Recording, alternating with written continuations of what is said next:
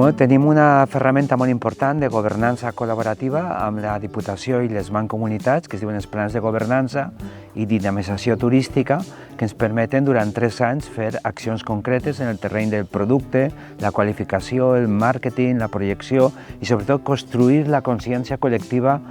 de que volem tindre l'actitud de rebre, l'actitud de ser una destinació turística. Això crec que és un canvi cultural de mentalitat, també que el sector privat se sent que part activa del que és aquesta proposta, identificar allò que són recursos, transformar-los en productes i comercialitzar-los. És l'estratègia que jo crec que molt lligada també a la transformació digital i a la sostenibilitat i compliment d'ODSs.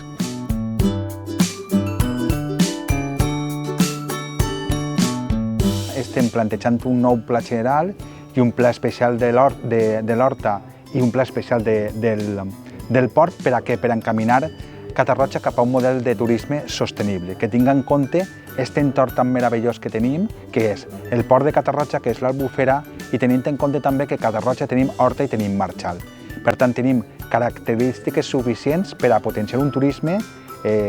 saludable, un turisme sostenible, un turisme familiar, vivencial, que ajude també a l'economia del nostre poble. Se trobem en un espai únic, este port de Catarroja, i el que pretenim en línies generals és potenciar el nostre entorn, però sempre respectant la seva essència i buscar aquesta col·laboració públic-privada per poder fer un ús sostenible del nostre entorn.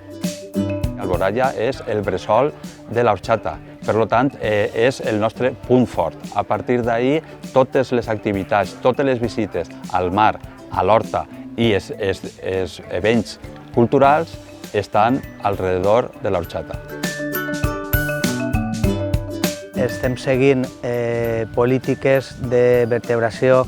del territori a través d'accions d'impuls i promoció del turisme, fonamentalment a través de les mancomunitats, en aquest cas de l'Horta Sud i del Carraixet, a través de plans de dinamització i governança turística i a través de subvencions de concurrència competitiva, i en el cas dels municipis, sobretot els principals municipis turístics de la comarca, a través del Fons de Cooperació per a Municipis Turístics i a través de distintes línies que impulsen el desenvolupament turístic dels nostres municipis i de la comarca. Des de la Mancomunitat estem treballant per posar en valor la riquesa que té els 20 municipis i han començat a posar en marxa unes rutes per a poder conèixer aquests diferents atractius turístics que tenim. Volem no només posar en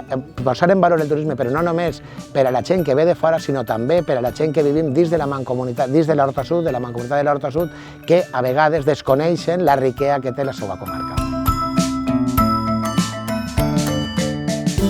Turisme de Carraixet és una proposta turística que està molt a prop de València, que se fonamenta bàsicament en l'entorn paisatgístic de l'Horta i la seva economia, la seva cultura, la seva gastronomia i el seu patrimoni arquitectònic, cultural i artístic. I bàsicament les propostes que fem des de Turisme Carraixet és potenciar, per exemple, els itineraris cicloturistes per als pobles de l'Horta, destacar els elements patrimonials que tenim als nostres nuclis i el club de producte Tastem l'Horta, que és la proposta de producte de proximitat vinculada a la restauració i vinculada també als llauradors, que són els productors i els artífexs de l'Horta.